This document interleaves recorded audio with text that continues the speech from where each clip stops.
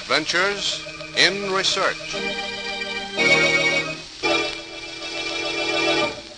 Doctor, excuse please, officer, doctor. Well, what is it, man? Speak up. Little boy very sick. Please, must come quick to fix him. Sick, eh? What's wrong with him? Very hot with fever. Very sick. Very hot but shake like very cold. Well, we'll have a look at him. Sounds to me like it might be malaria.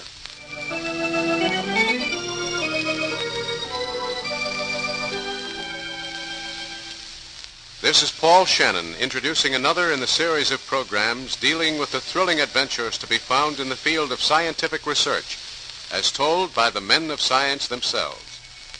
Today's story by Dr. Phillips Thomas, research engineer of the Westinghouse Research Laboratories, is called The Sting of Death. It is more than just the story of a man and the work he did. It is a tribute to the toil, the faith, and the unending perseverance of those whose lives are devoted to research, that their fellow men may benefit from their trials and their successes. Such a man was Sir Ronald Ross, Major Ronald Ross of the Indian Medical Service, back in the year 1894.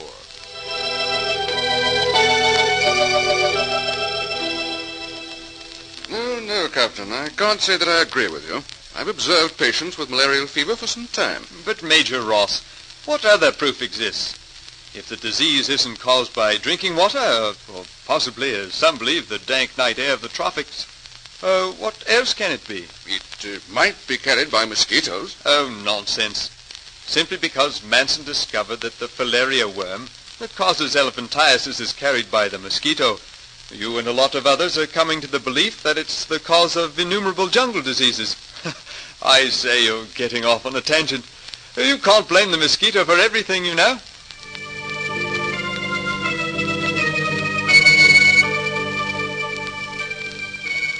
That's how it was. Always they wanted to hold to the old theories. Malaria caused by the dank night air or by the drinking water. On Ross's next leave back home to England, he determined to see Patrick Manson and see what his theories on the subject might be. Now, Dr. Ross, have a look in that microscope and tell me what you see. Let me adjust it a little. Well, the usual cells of the blood, the plasma. Here, what's this? A small round affair with a definite black pigmentation in the center. Right you are, Dr. Ross. That is the parasite of malaria that you're looking at. The parasite discovered first by Laveran. So, this is the little fellow that does the damage. You'll only find that in the blood of people with malaria. Of that you may be sure. But the big puzzle is... How does it get from person to person? Right. How is malaria spread?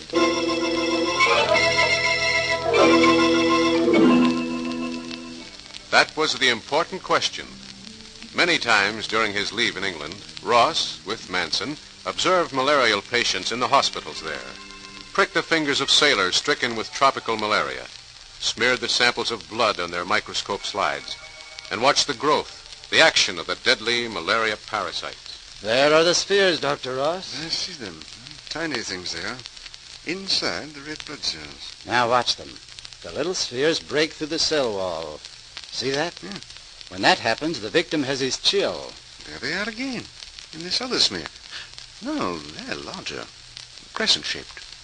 And those long whips extending from them make them look like an octopus. Yes, as fearful and deadly an octopus as ever menaced the waters of the tropical seas.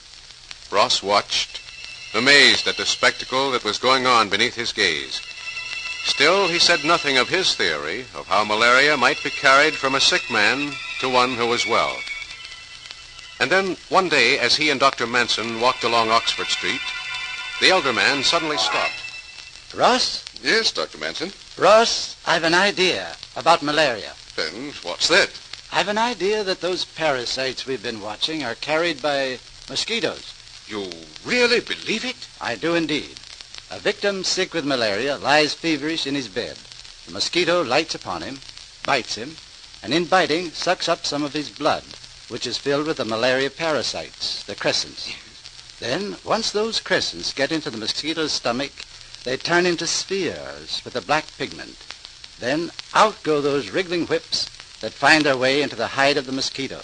Then what, Dr. Madsen? Then they must turn into some form of bacillus, and the mosquito dies.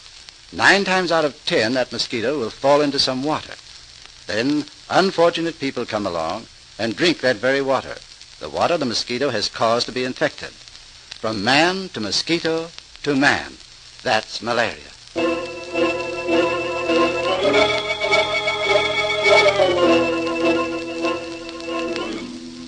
Back from his leave now, to the post he held in India went Ross.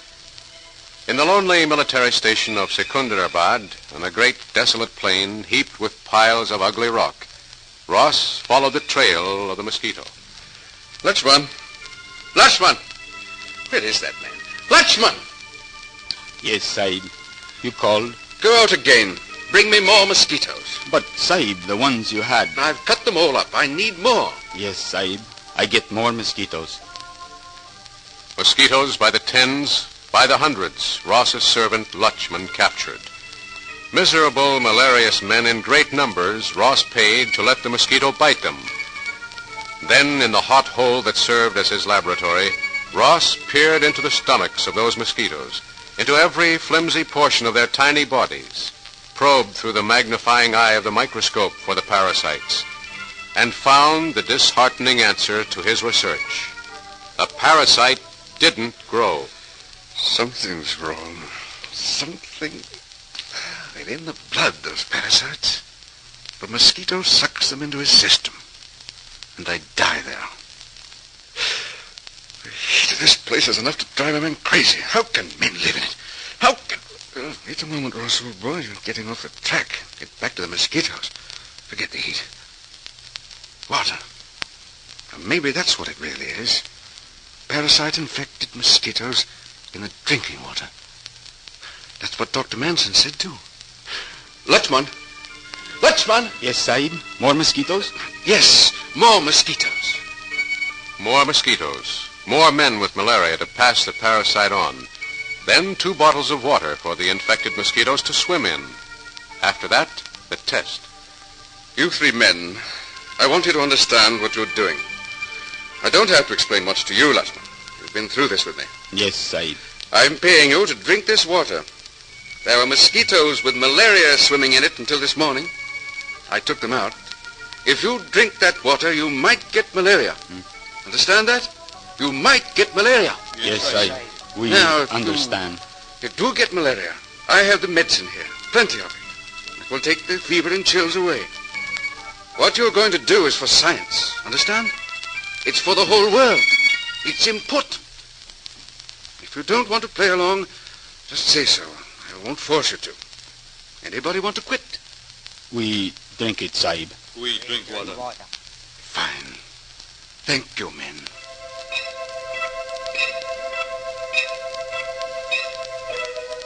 Well, they drank the brew from Ross's mosquito swimming pool. Then they waited, while Ross sampled their blood beneath his well-worn microscope. The hours ticked by, and they waited for the chill and the fever. But it never came. The water wasn't the carrier of malaria. Failure after failure passed across the microscope stage.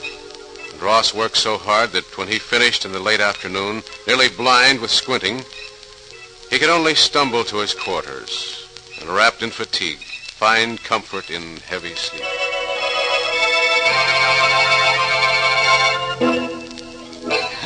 New kind of mosquito. Sahib be glad to get this, maybe. Don't try to fly away. You with the colored wings. More of your family, too. Good, good. Wait till Sahib Ross see you. Who's there? Oh, it's you, Lakshman. Look, Sahib. Fine new kind of mosquito. Very different from plain ones before. What's this? A new kind? Yeah, let's have it. Oh, yes. Dapple-winged fellow. This is new. Can you get more like it? Find some, Sahib. Don't know. Maybe find more. Find them. Find more. We'll start all over with these. Start all over. Begin at the beginning again. August 16th, 1897. Ross makes the entries in his notebook. New type mosquito with dapple wings found. allowed them to bite malaria patient Khan. Wait results.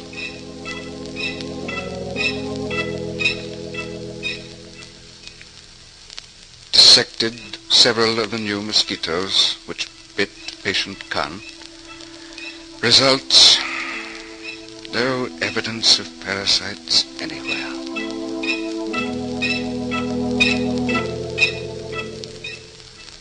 Bit by bit, he hunts through the mosquito, with the same wearying result, till nothing remains to be checked but the stomach.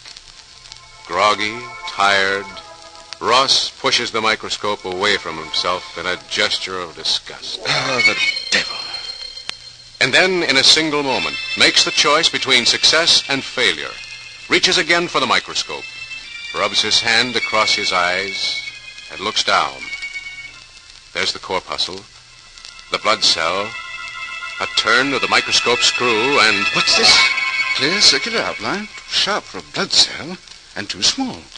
There's another. Focus sharper. Yes. Granules of that black pigment, and more. 3, 5, 9, 12. 12 of them. No, my eyes are playing me tricks. It's the heat. I'm seeing things. I'd better get some sleep.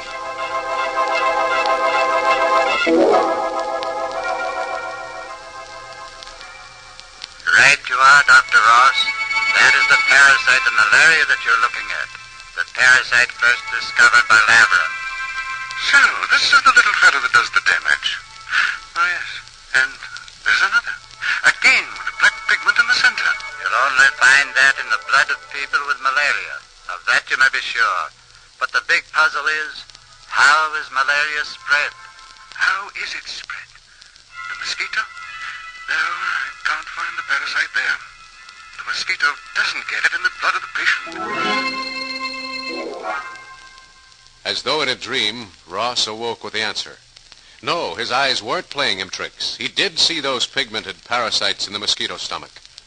I must go back now. I know they'll still be there. I know it.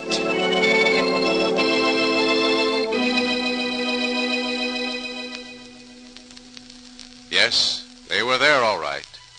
Those malaria parasites were there, alive and growing. And there were more in mosquitoes that came after. The answer was clear. The fact was sure. The proof that the bite of the Anopheles mosquito was the sting of death. The starting point in the trip of the malaria parasite from a sick man to a well one. For the blessing his toil brought to mankind, great honor came to Sir Ronald and to his colleague, Sir Patrick Manson, who pointed the way and encouraged him from England miles away. And to Ronald Ross in 1902 came that distinguished honor, the Nobel Prize for Medicine. And yet, no prize could ever repay Sir Ronald Ross for the great good he did in the name of humanity through his historic adventure in research.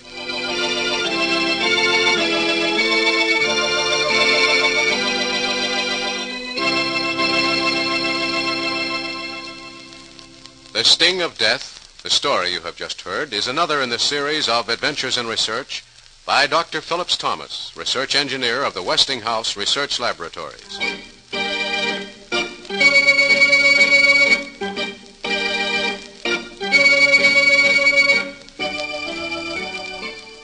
Be with us again next week for another interesting story by Dr. Thomas on Adventures in Research.